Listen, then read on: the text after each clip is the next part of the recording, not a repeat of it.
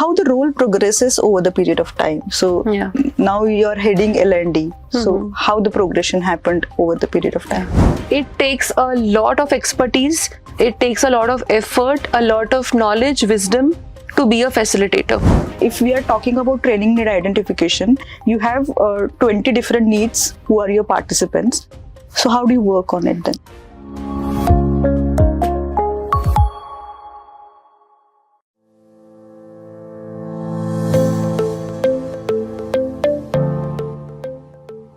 Now, from you, I would like to understand, Neha, typically how the role progresses in L&D. So, for example, if I'm not wrong, you start usually as a trainer, or who is someone who is conducting trainings, maybe on a short scale or small scale probably, with a limited audience. You have the training module ready and you just have to go and deliver. This is what my understanding is. Please correct me if I'm wrong. And how the role progresses over the period of time. So now you're heading L&D. So how the progression happened over the period of time? Honestly, what you're saying is true. In a lot of companies out here, I've also personally observed that, you start off as a trainer. And honestly, that should never be the case. Okay. It takes a lot of expertise. It takes a lot of effort, a lot of knowledge, wisdom to be a facilitator. And not everybody has it within them.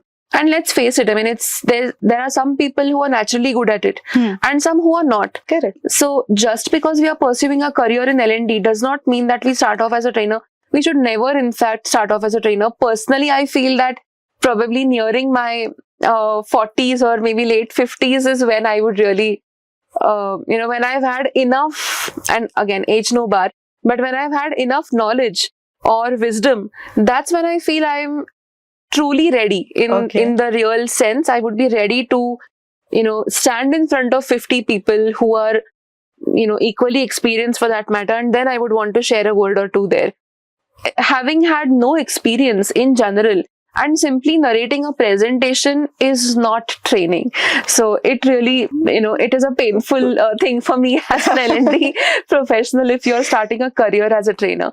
Yes, I facilitated in my early days, but those were simple programs like, your onboarding or your induction or topics around that, where it's more of a factual delivery than wisdom in true sense. Right. Yeah. I feel in regular settings or in most average companies, you would start off probably as a L&D associate or a coordinator sort of a role, where you get to manage the entire administration of L&D, that's behind the cameras, where you get to organize trainings, ensure that you have the right kind of participation, maintain analytics, dashboards, and all of that. I mean, the simple things. More of a coordination job? Sort of. I mean, if you're just starting afresh and if that's your very first job. And again, that would really differ per individual, depending upon their skill set, their competencies, their knowledge, the kind of academic qualification that they've had. So it would really change per person.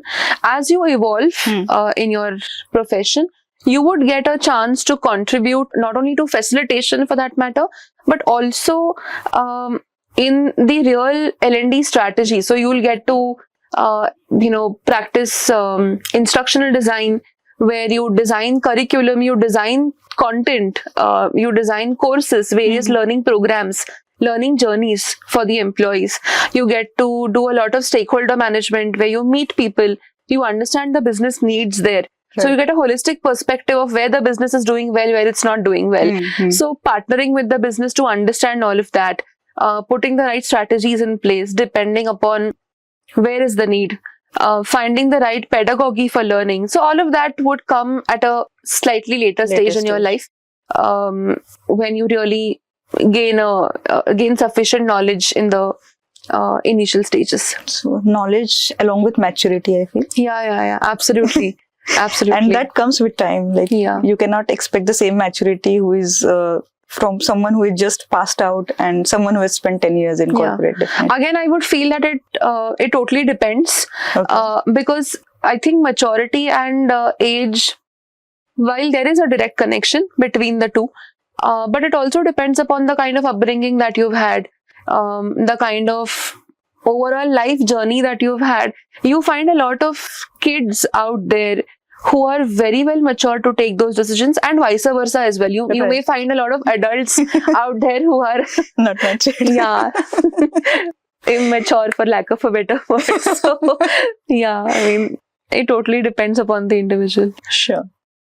So, Neha, while we discussed about the cycle of L&D, you mentioned about training effectiveness. So, would like to know more about it from you.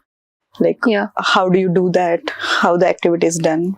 Yeah, so that's one area where we get, I mean, I've also been asked this question quite a few times in a lot of different forums, that how do you measure effectiveness? Is it really required?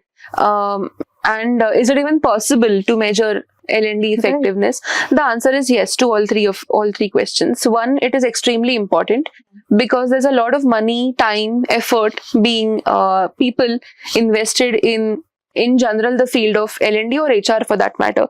So it's important to show to the business that we are really adding value, and we are helping the business, or we are enabling the business in the real sense. So L&D as an enabler has a lot of accountability, responsibility on its shoulders. So it's very important to prove your mettle there. Two, it is certainly possible to measure the effectiveness. It depends upon, it would vary program to program. But there are certain matrices which every L&D professional should measure. And apart from the operational ones, like your man days training or man hours training, which I think most companies would measure. But other than that, or maybe coverage or participation, that's okay. But maybe most importantly, behavioral impact. Has it really changed the behavior of the employees? If you're running a behavioral intervention, if you're running a technical intervention with the population that you're dealing with, has it really impacted the business outcome in the real sense? Have they really shown the application of that knowledge in their jobs, in their daily routine? Have they done that? It is very important to check that. If the answer is no, then there was some problem in the kind of learning journey that you designed. Maybe the content wasn't suitable. Maybe it was not fully validated by the business. Maybe you didn't measure it well. There's something wrong in the entire cycle. So it's important to go back, fix the basics, and run an intervention again. So I think that's equally important. Okay. While you were speaking, a thought just struck me.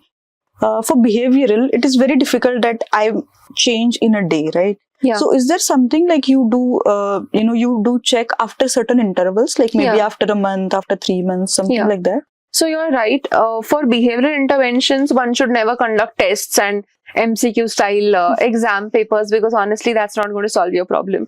What works best is, in layman's terms, if I've been trained on a subject like communication skills, for that matter, something very commonly done in most organizations, how would you know if I've really improved? And what part of my communication was not serving well in my job? So again, do not apply a blanket approach where I'm just trained on the overall concept of communication.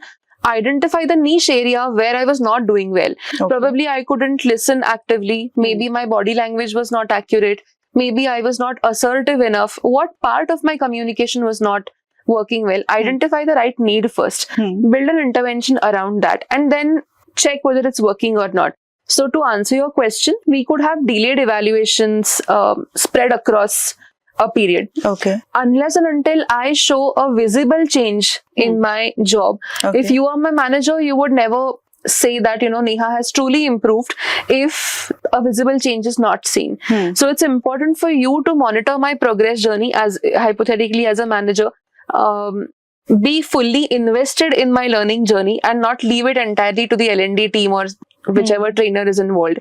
And observe me over a period of 30 days, probably 60 days, probably 90 days, and figure out if I've shown any behavioral changes have I improved?